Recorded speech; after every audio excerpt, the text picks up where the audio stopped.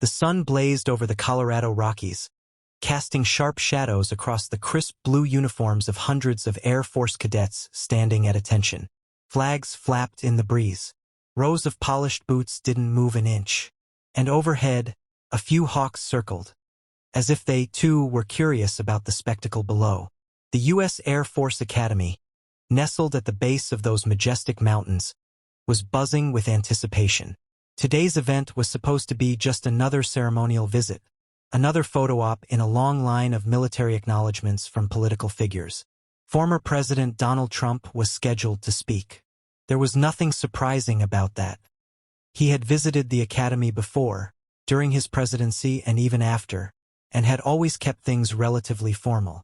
A speech, a few salutes, a mention of bravery and American greatness. And then he'd be gone. The marching band was in full swing. Trump's motorcade had just pulled up. Reporters lined the edges of the parade field, holding up microphones, scanning the rows of cadets for any reactions. Security agents moved into final positions. Every second was scheduled down to the minute. And then, something unusual happened. Trump stepped onto the stage, nodded to the crowd, adjusted his suit jacket, and approached the microphone. But he didn't speak. Instead, he paused. The wind picked up slightly. You could hear it in the microphone. The band had stopped. The crowd was waiting. And then, without a single word, Trump stepped back and walked off the stage. Gasps rippled through the crowd. Cameras zoomed in. Even the Secret Service looked momentarily stunned, unsure if this was a security issue or part of the plan. But it wasn't chaos. It was deliberate. Trump wasn't leaving. He was walking, straight toward the cadets. At first, the cadets didn't move. Trained for discipline, they stood frozen, unsure of what to expect.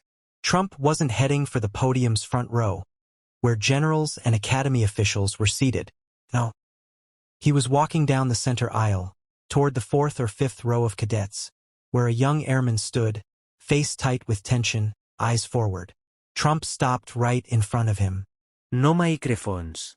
No ads. Just the former president of the United States looking directly into the eyes of a 20-year-old cadet. You're the one who saved a family during the wildfires last year, right?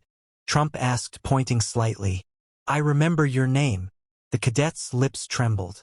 He nodded slowly.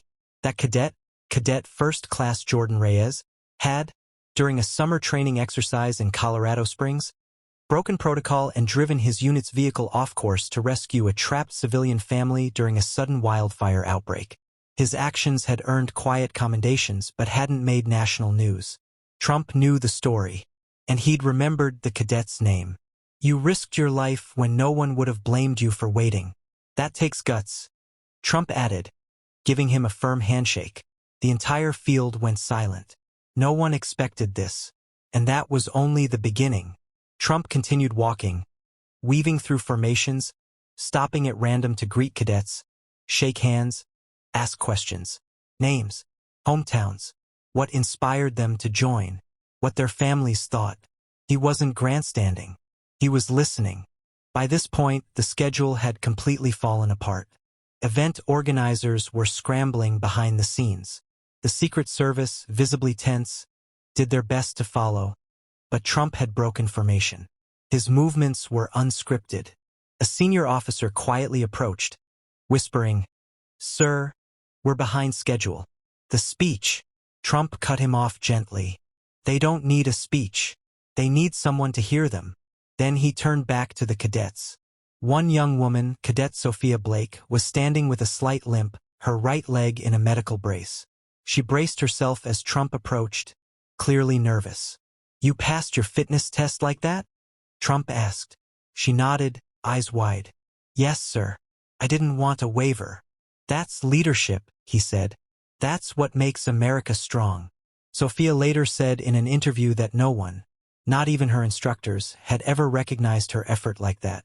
Trump moved further into the ranks, pointing out insignia, asking about flight training, joking with one cadet about how tough survival training was in Colorado's thin air. One cadet mentioned being the son of a mechanic from Ohio. Your dad turned wrenches his whole life? Yes, sir. Started in a garage. now runs his own shop. Trump smiled. Hard-working Americans, they're the real heartbeat. Make sure he knows you're proud of him. The press kept snapping photos, but Trump never looked at the cameras. For nearly 40 minutes he walked and talked. Unscripted, unplugged, unfiltered. He wasn't being Donald Trump, the political figure. He was being Donald Trump, the man who wanted to connect.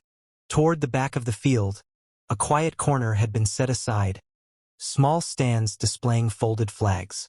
Each flag belonged to a cadet whose parent had served and died in the line of duty. No speeches were planned here. No ceremonies. It was just a memorial. Trump approached it slowly, with a reverence few had ever seen in public from him. He stopped in front of a small group of cadets standing silently, each one holding a folded flag. They had been given the honor of representing their families. Sacrifices no headline ever truly captured. One cadet stepped forward, hesitant. Cadet Malik James, whose father had been a combat pilot, shot down overseas when Malik was just 6. "That your dad's flag?" Trump asked softly. Malik nodded. "He flew over Syria. Never came back." Trump took a breath. Something in his eyes shifted. "He gave everything, and you carry that forward." Then, in an act that no one expected, certainly not the cadets or press, Donald Trump slowly knelt down, took the folded flag from Malik's hands, and gently placed it back, looking him directly in the eye. "You honor him more than you know." You could have heard a pin drop on that field. Cadets stood motionless. Reporters lowered their cameras. One officer wiped his eyes. Even the most skeptical observers would later admit it was a moment of pure human vulnerability.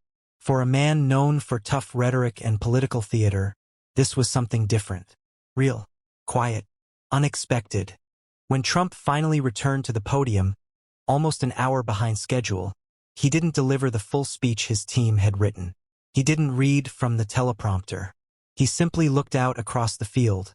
Hundreds of cadets now relaxed, many smiling, some emotional. "You are the best of us," he said.